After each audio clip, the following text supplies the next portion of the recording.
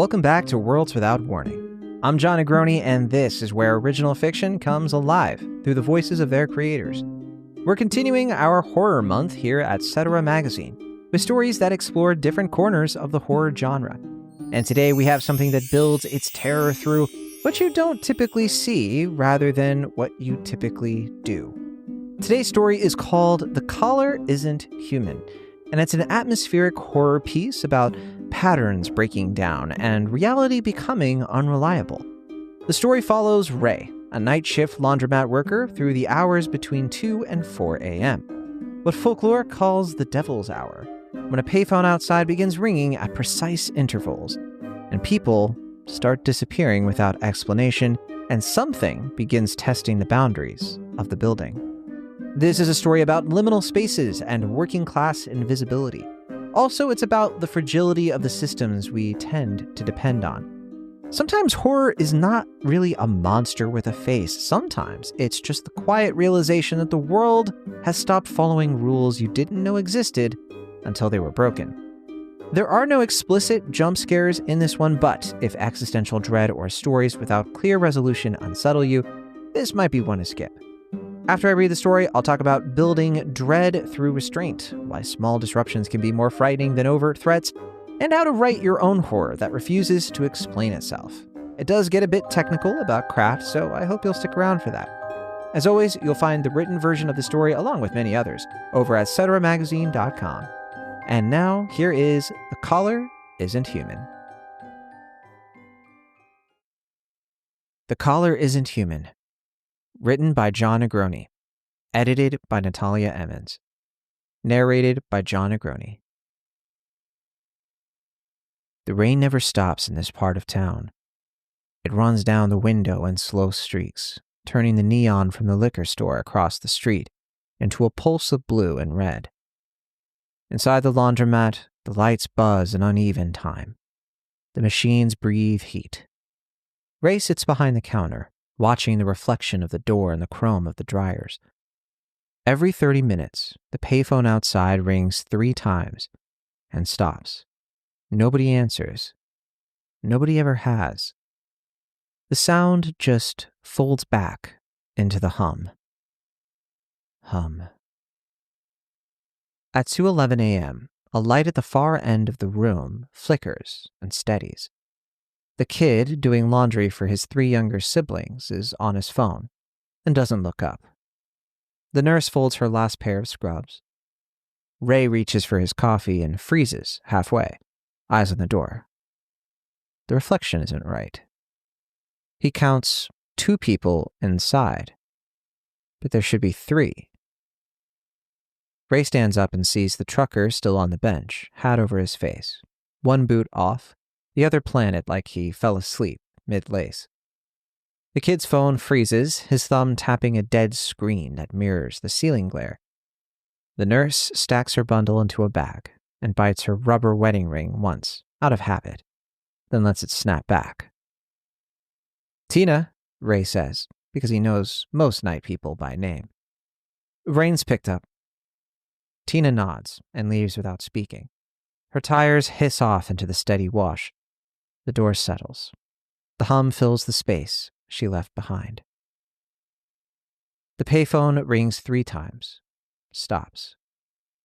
Ray looks at it until the reflection stops vibrating in the glass. Then he watches the floor where the water gathers in the mat's low places. The mop leans in the corner. He tells himself to check the coin trays and the lint screens, and he does, moving down the line, opening and closing the small doors. Ring.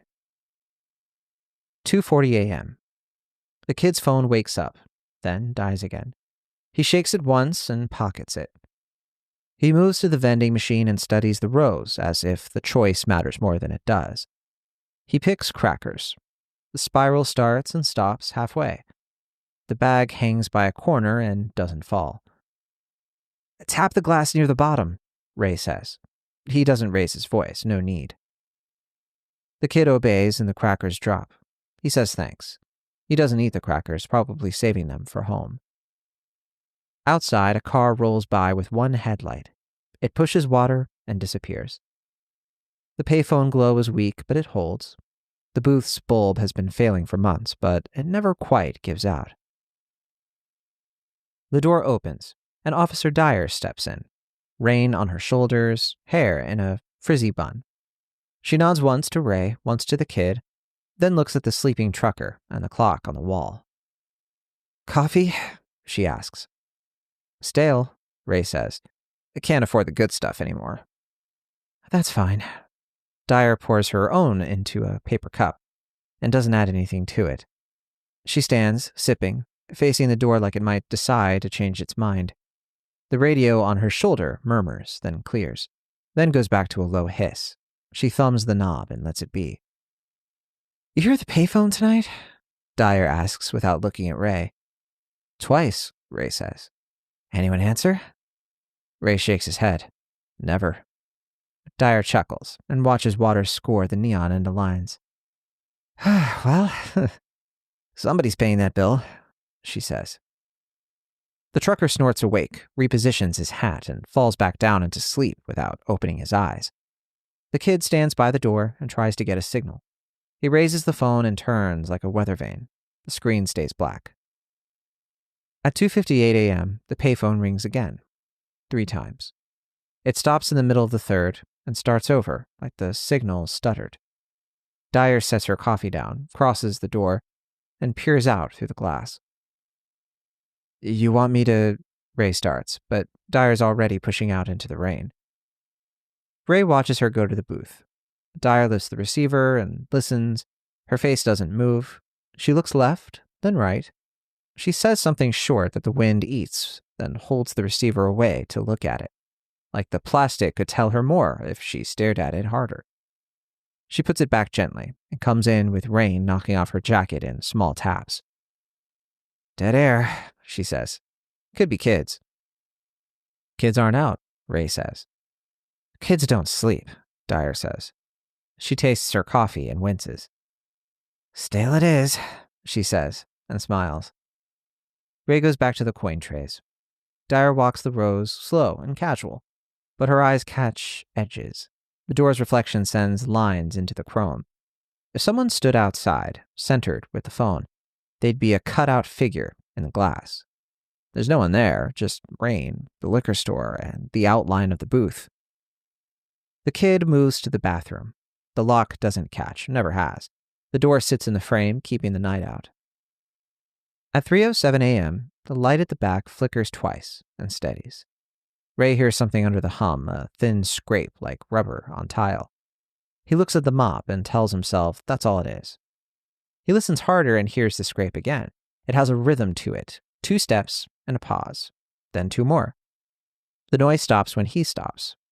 He breathes through his mouth until the hum fills whatever space the sound left behind. The bathroom door opens a crack. The kid sticks his head out. "Hey, the faucet won't shut," he says. "The cold makes it stick," Ray says. "You have to turn it extra." The kid nods once and disappears. The water keeps running for a beat, then stops with a cough of pipe. Dyer's radio breathes static in and out. A voice tries a sentence and falls apart halfway. She thumbs the dial again. "You ever lose power?" she asks. "Not all the way," Ray says. "Just the back row. When it does, it comes back the way it went, one after the other." Dyer looks at the dead bulb in aisle 3. "You need a ladder," she says. The payphone rings. 1, 2, 3. It stops. Dyer doesn't move. Ray doesn't either. Wash. At 3:19 a.m., a delivery truck noses into the lot and angles toward the alley. Lynn steps in with a plastic tub of detergent packs, shakes the rain off her hat, and sets the tub on the counter. "You're light on lemon," she says. "We never sell lemon," Ray says. "Then you're heavy on everything else." Lynn signs her own clipboard. She looks past Ray at the wall of monitors that show the cameras. The pictures swim. One image stutters as if the lens is breathing. The alley cam is a gray smear. The door cam shows the payphone booth in black and white, its bulb brighter than the real one. "You got ghosts again," Lynn says. like it's a joke that's been told before. Just rain, Ray says. Lynn whistles at the sleeping trucker, who doesn't wake. She holds the whistle, one long note, and smirks at Dyer. Test, she says. Dyer doesn't return it. Lynn winks at Ray instead. You hear about the guy down at the water plant? Says he keeps hearing the same song on the loudspeaker no matter what station he sets. Same chorus over and over. The whole place is out of time. She lifts the tub, rotates it like she's testing the weight, then sets it down. Anyway, she says, which is a way of saying none of that matters here. Ray signs the slip. Lynn points a finger at the monitors again. Hey, that alley looks, she starts, then waves it away. I'm late. She goes out. The door closes. The alley cam clears for a second. It shows nothing but a glistening rectangle of wet concrete and a dark line that could be a shadow or not. Then it goes grainy again and stays there. The trucker snores. Dyer finishes her coffee because there isn't anything else to do with it. The kid comes out of the bathroom and uses the hand dryer, even though his hands don't look wet. He keeps them under the blower until it times out, then presses the button again. He repeats it one more time before finally stopping. The payphone rings again, 3 times. On the third, the booth light pops and goes dark, and the ring keeps going for half a second after the bulb blows. Ray feels the ring come through the glass more than he hears it. Dyer moves to the door. She keeps her hand on the handle without opening it. She steps out into the rain and crosses to the booth. She tries the receiver. She touches the bulb housing with the back of her hand. It's hot. Ray watches her come back in. Dyer's shoulders are drenched again, and her bun is about to give up. Bulb's gone, Dyer says. Phone's dead. Felt hot, though. Short, Ray says. Or not, Dyer says. The kid goes to the vending machine again and buys the same crackers. This time they fall all the way without sticking.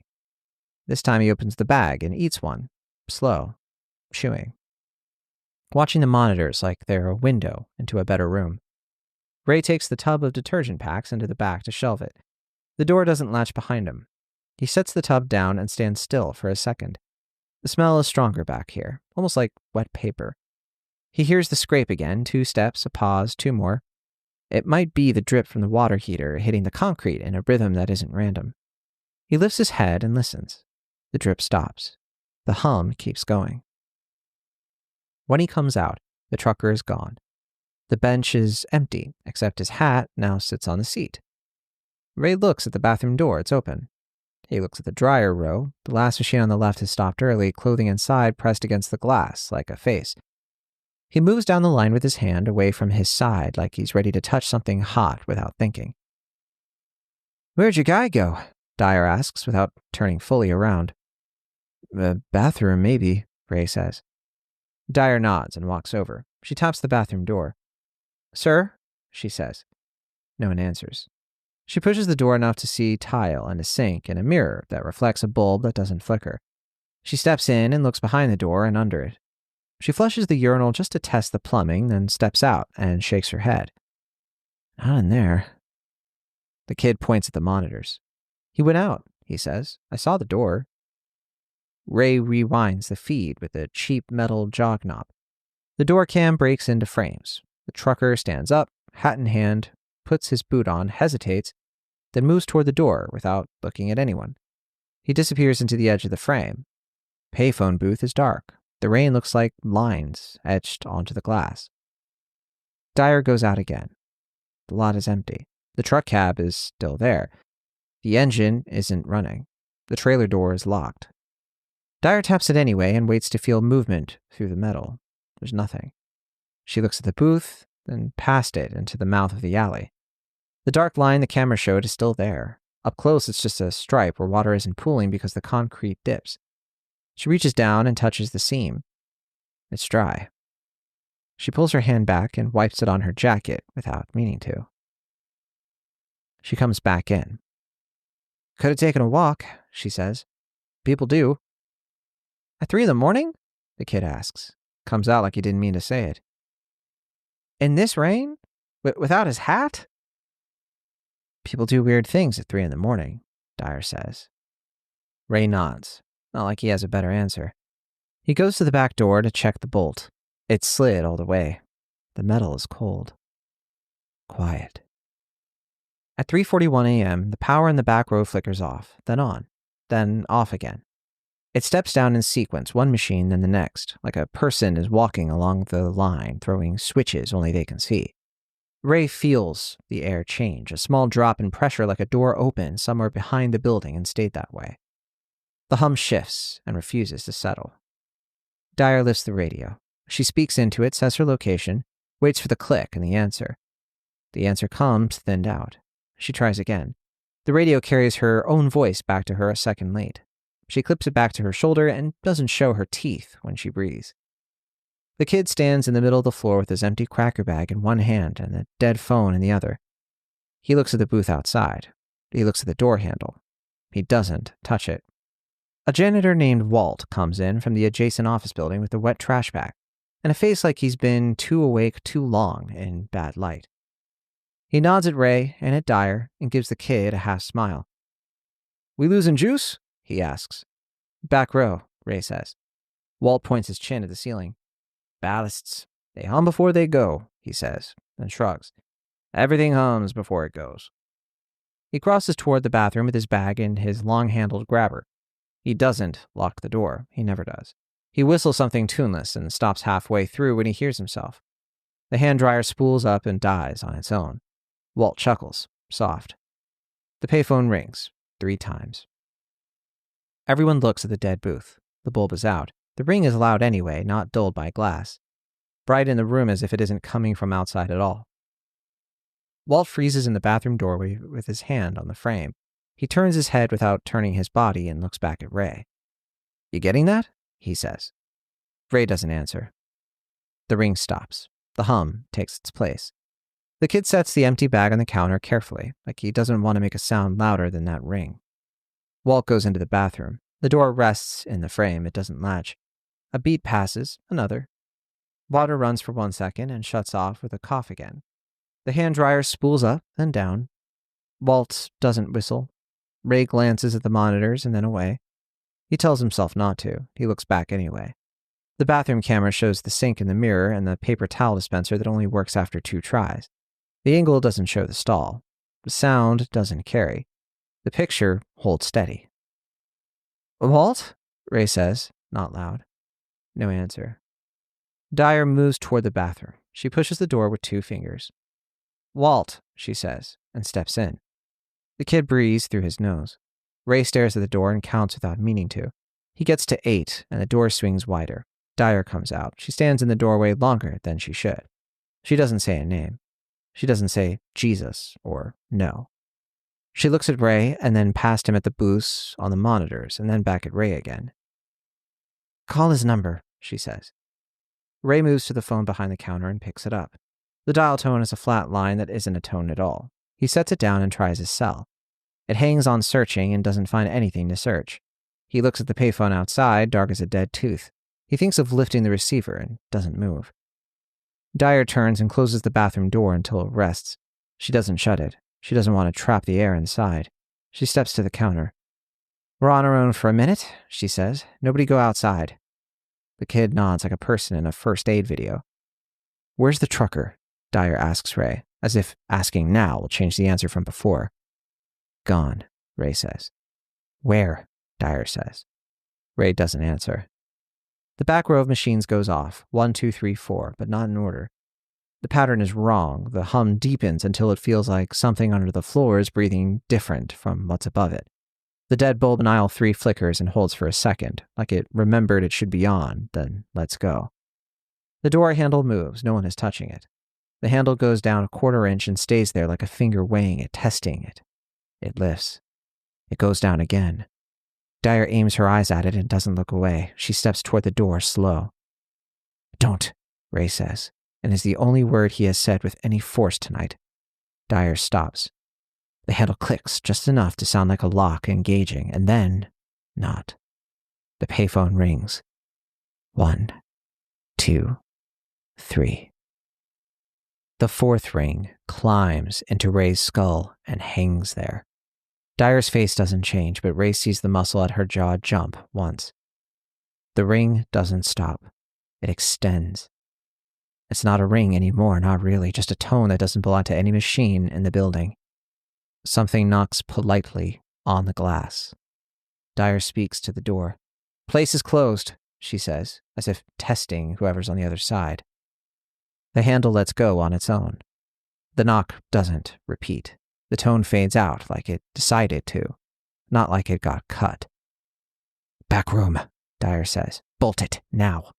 Ray moves. The kid doesn't move until Ray points and says, "Go!" and then he goes. Dyer stays by the door and watches the reflection hold steady in the metal trim. She sees herself as a silhouette. She sees the booths as blocks of cheap wood. She does not see anyone else, and that is not enough to make her open the door. The back room is smaller, with the three of them in it. The bolt slides.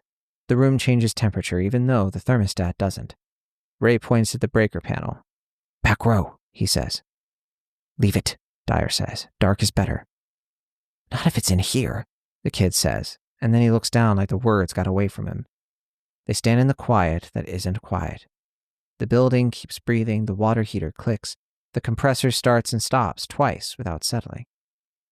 The monitors in here show the same bad pictures as the ones outside. The bathroom feed holds the mirror and sink, the door inside the frame moves with the wind from outside. Dyer's radio coughs and says her own name in a voice that could be hers. She turns it off. She turns it back on. She doesn't try again. "Guess we wait," she says. "What for?" the kid asks. "For it to pass by," Dyer says, and it sounds like she has said this before and other places for other reasons. The bolt turns on its own. It doesn't slide all the way, it twitches a notch, as if someone is trying to understand how it works by touching it. Dyer puts her hand on it and holds it in place. Ray looks at the floor. The line where water should collect stays dry. He follows it with his eyes to the far corner where the mop is. The mop handle leans and then straightens without falling. "Tools," Ray says, and opens the cabinet for the breaker lockout bar and the long screwdriver that isn't for anything in particular. He hands the bar to Dyer and the screwdriver to the kid. They stand with their backs to the wall and the door in front of them. The bolt stutters again, then stops, like whatever's on the other side lost interest or learned all it needed to know. Dyer's watch says 3:59 a.m. It ticks once and doesn't tick again. The second hand rests between seconds. "No clocks," Ray says, and he didn't mean to say it out loud. The kid laughs once. "It gets very bright at 4, he says, and Ray doesn't know how he knows that. The payphone rings. They hear it clearly in the back room with the door closed and the bolt half slid. It rings 3 times. It rings a 4th time and stops half a beat before the sound should finish. Dyer exhales. She lifts her hand off the bolt. She waits for the door to push. It doesn't. Ray opens the breaker and throws the back row switches one by one. The lights come up in sequence, not the way they went out earlier, but in a clean line, like the building remembered the right order on its own. The hum finds its pitch again, the compressor settles, the water heater stops clicking. The second hand on Dyer's watch doesn't move, but the room feels like it decided to belong to them for a minute. They open the back room door and step into the laundromat. Walt is not in the bathroom, the door is open, the mirror is clean. There's a wet line on the floor where feet would walk if they didn't lift, but it doesn't lead to the back room or the front door. It stops in the middle of the aisle and does not resume. The kid moves toward the bench where the trucker slept and stops himself halfway. Dyer goes to the counter and checks the monitors. The door cam is clear. The alley cam shows only rain. The bathroom cam shows what the bathroom looks like when no one is in it.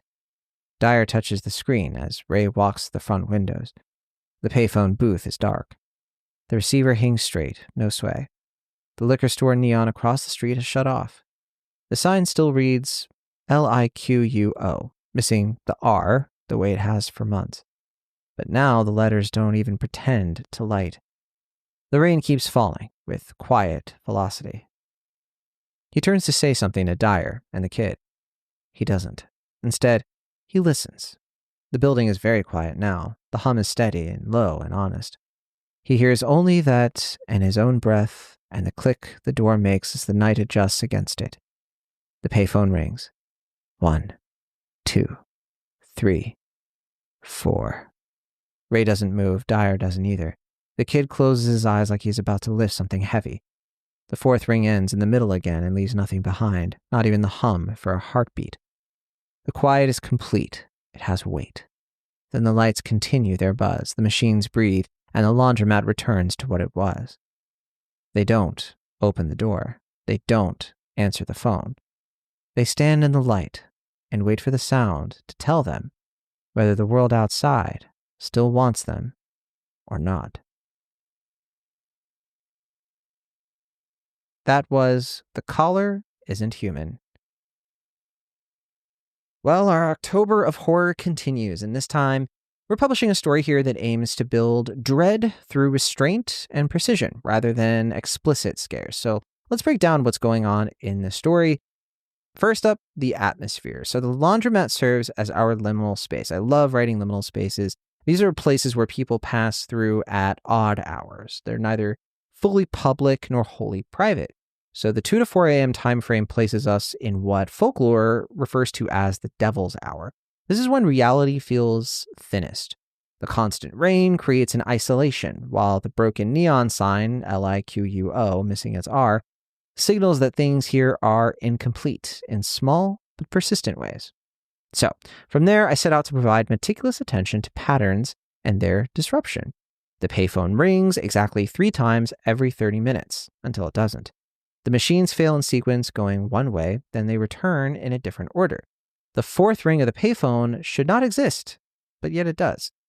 And then people are disappearing, and it's not dramatic. They're simply being absent where they were once present.